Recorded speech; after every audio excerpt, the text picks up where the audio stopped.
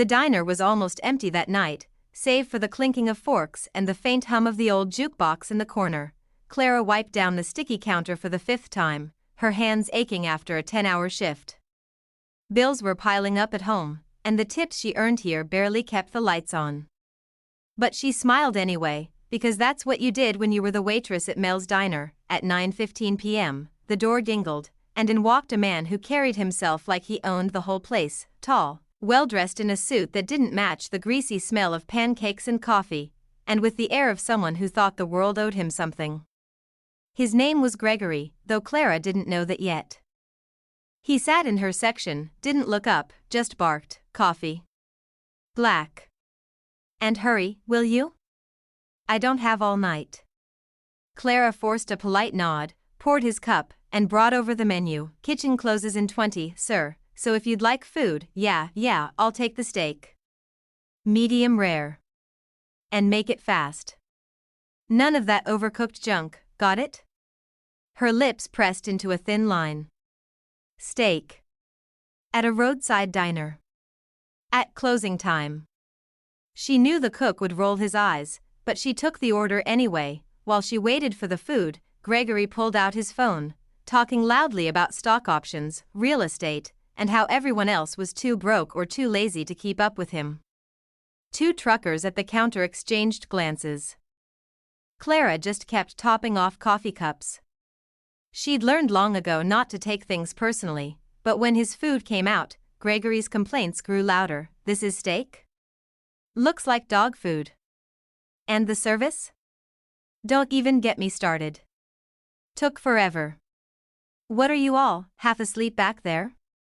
Clara swallowed hard. She needed this job. She needed the little tips she could scrape together. So she apologized, offered extra bread, even managed a smile. Gregory ate half the steak anyway. And when the check came, $18.50, he slapped down a $20 bill and stood. "Keep the change," he sneered. 35 cents, Clara blinked. "Sir, was everything all right?" He smirked. "If it was, maybe you'd deserve a tip. But listen, life lesson, people who wait tables aren't worth investing in. If you wanted real money, you should have chosen a real career." The truckers muttered under their breath. Clara's chest burned, but she bit her tongue. Gregory buttoned his jacket, strutted to the door, and tossed one last jab over his shoulder. "Don't worry, sweetheart. Someday you'll thank people like me for showing you the truth." The bell jingled as he left. And Clara just stood there, her fists tightening around her apron. But fate has a cruel sense of humor. 3 hours later, Gregory would be lying on a gurney in the ER, his face pale, sweat dripping, clutching his chest in pain. And the first voice he'd hear when his eyes cracked open, "Sir, you're in the hospital. I'm your nurse. My name's Clara." The fluorescent lights in the emergency room buzzed overhead, the smell of antiseptic sharp in the air. Gregory lay strapped to the gurney, sweat dripping from his temples. His expensive jacket had been cut away by paramedics, and now, without the polish of his suit, he just looked vulnerable. A monitor beeped steadily beside him. He groaned, his voice hoarse. Where am I?" A calm but firm voice answered, one that made his eyes snap open. "You're at St. Mary's Hospital. You collapsed. I'm your nurse, Clara." His gaze darted to the side, and there she was. The waitress. The same waitress he had mocked just hours ago. Except now she wore light blue scrubs, her hair tied back, a stethoscope around her neck. Gregory blinked hard, almost certain it was a cruel joke. "You've got to be kidding me." Clara raised an eyebrow, adjusting his foredrip. "No, sir. Not kidding. You're in the hospital. And if you want to keep that heart beating steady, I suggest you let me do my job." The humiliation burned hotter than the chest pain that had dropped him in the first place. He tried to sit up, but she pushed gently on his shoulder. "Don't move. Doctor will be in soon." Gregory chuckled bitterly, though the laugh turned into a cough. "Of all the people in this city, it had to be you." Clara met his eyes, not with anger, but with something colder. Professional detachment, yes, fate has a funny way of working. Lucky for you, I don't choose patients based on their tipping habits. His stomach dropped. Her words cut deeper than he wanted to admit, hours blurred together. Gregory drifted in and out of consciousness, the beeping of machines grounding him in reality. Each time he woke, Clara was there checking monitors, recording vitals, bringing him ice chips when his throat went dry, yet, she never once mentioned the diner. Never once mocked him back. That silence hurt more than anything. Finally, when the ER chaos had slowed, Gregory cleared his throat. Listen. About tonight, Clara held up a hand. Don't. Save your strength. I'm not interested in apologies you don't mean. His jaw tightened. For a man used to controlling every room he walked into. This loss of power, this being at the mercy of the same woman he'd ridiculed, felt like torture. He wanted to defend himself, to explain, to claw back dignity. But deep down, he knew there was no defense. At 3 a.m., when the ER had quieted, Clara stood at his bedside, checking his chart. He watched her in silence, the steady movements, the care in her touch, the way she spoke to another frightened patient across the hall with gentleness he couldn't fake if he tried. For the first time in years, Gregory felt small. And maybe he needed to. It all started in the restaurant parking lot. Gregory had stormed out after dinner, still muttering under his breath about the audacity of a waitress expecting a tip. But halfway across the asphalt, his chest tightened like a vice. At first, he brushed it off, indigestion, maybe. But then came the dizziness. The cold sweat. The way his legs nearly gave out as he reached his luxury sedan. By the time he slid behind the wheel, the pain had radiated down his left arm. Not now. Not tonight, he whispered, fumbling for his phone. The next thing he remembered was waking up to flashing lights, paramedics shouting, cutting open his shirt, strapping an oxygen mask to his face. They said the words that made his stomach drop. Sir, you're having a minor heart attack. Not fatal, but not something a 43-year-old man could ignore either.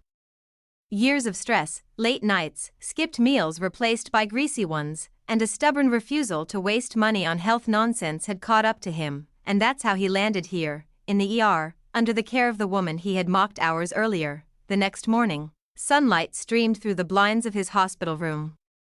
Gregory sat propped against the pillows, pale and tired.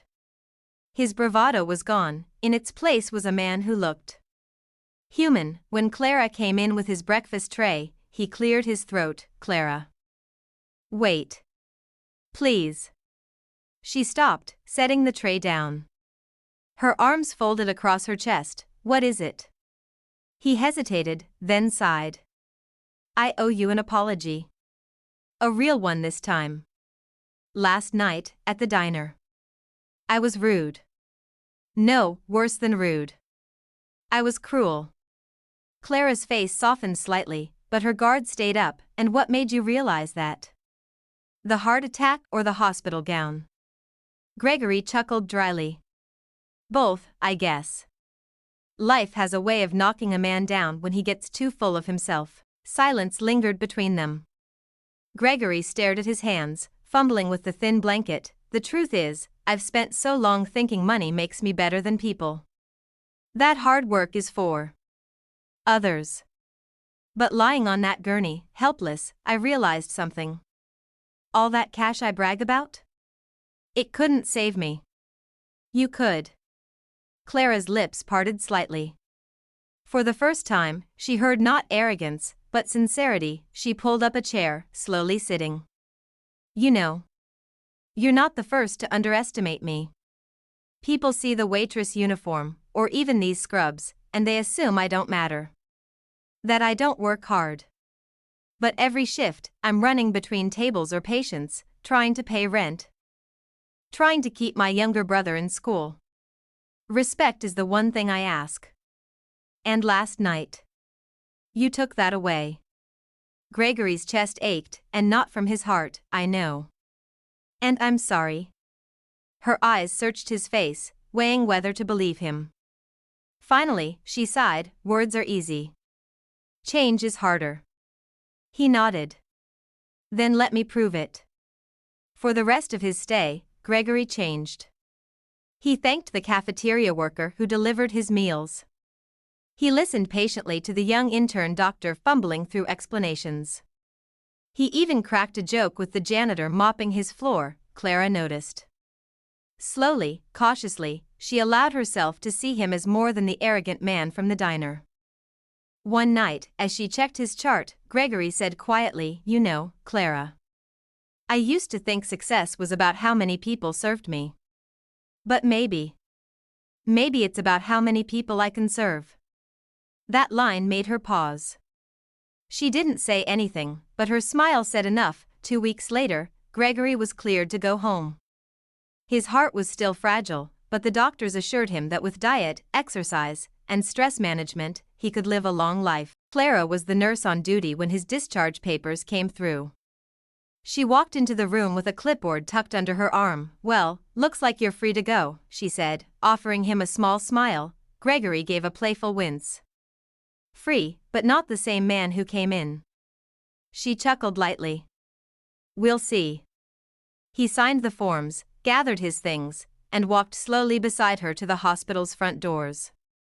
As they stepped outside, a chilly breeze swept through.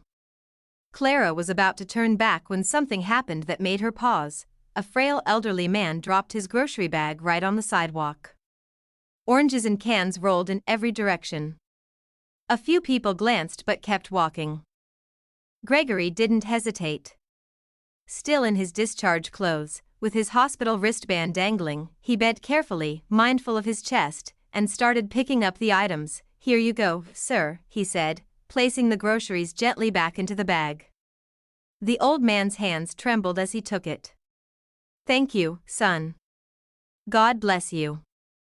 Gregory smiled warmly. "Take care of yourself." When he straightened up, Clara was watching him. Her arms were crossed, but this time not defensively. Her expression had softened into something close to admiration. She walked closer. "You know, Gregory, that looked genuine. No cameras, no audience, just you helping someone." He shrugged lightly. "Guess I learned from the best." His eyes met hers. Clara felt her cheeks warm.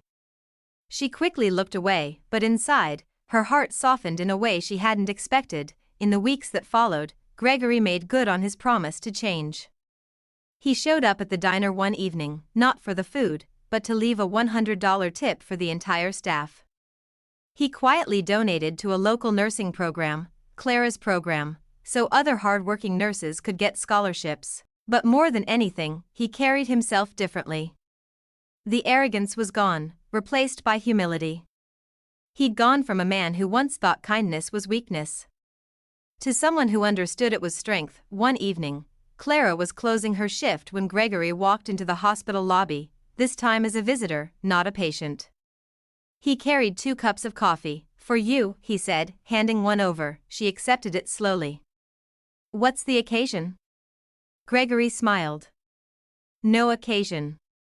Just a thank you for teaching me something I should have learned a long time ago. Respect doesn't cost a dime, but it's worth more than gold."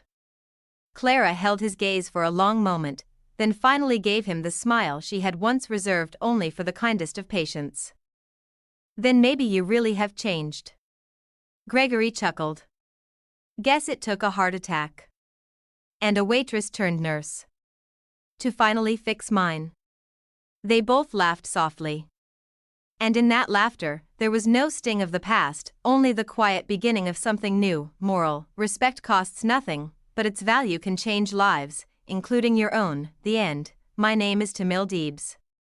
Please subscribe and make sure to click on the notification button to know when we upload a new video. Also like, share and comment your thoughts. Thank you, and I will see you in my next video.